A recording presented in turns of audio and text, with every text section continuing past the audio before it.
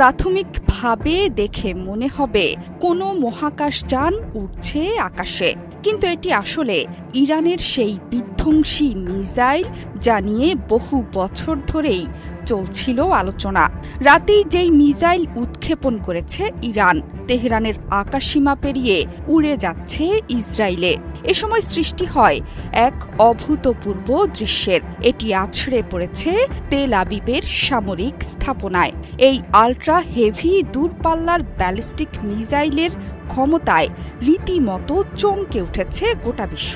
Operation true promise 4-এ ইরানি missile সেজ্জিলের আকাশে মহাকাশযানের মতো উড্ডয়নকে ঘিরে তৈরি হয়েছে তুমুল চাঞ্চল্য। এর মধ্যেই ইসরায়েলে ধ্বংসের চিহ্ন ফুটে উঠেছে চরম মাত্রায়। চারদিকে আগুন, ধোঁয়া, বিস্ফোরক। ধারণা করা হচ্ছে রাতে ইরানের ছোড়া সেজ্জিল মিসাইল আটকাতে পারেনি ইসরায়েলের এয়ার ডিফেন্স সিস্টেম। ইসরায়েলিরা লুকিয়ে আছে বাংকারে। আইআরজিসি এরই মধ্যে জানিয়েছে, আক্রমণের প্রথম কয়েক ঘণ্টায় পুরনো মিসাইল ছোড়া হয়েছে।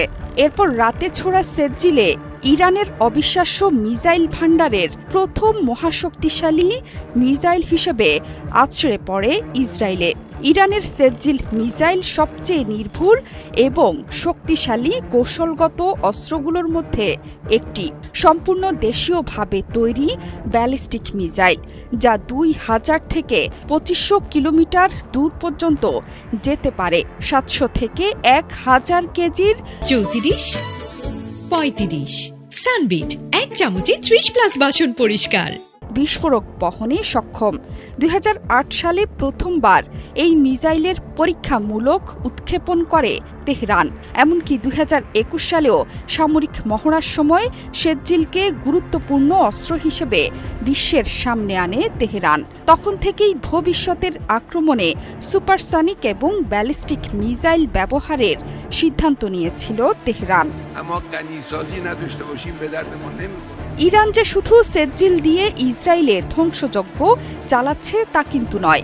এই হামলায় ইরান ব্যবহার করছে ফাত্তাহ খুররাম শহরের মতো দূরপাল্লার শক্তিশালী মিসাইলও। ফাত্তাহ 1 ঘণ্টায় 16,000 থেকে 18,500 কিলোমিটার গতিতে আঘাত হানতে সক্ষম। এছাড়া ইরানের আছে বিশাল ড্রোনের বহর। পুরো মধ্যপ্রাচ্য জুড়ে থাকা মার্কিন স্থাপনায় আঘাত হানছে শক্তিশালী মিসাইল আর ড্রোন।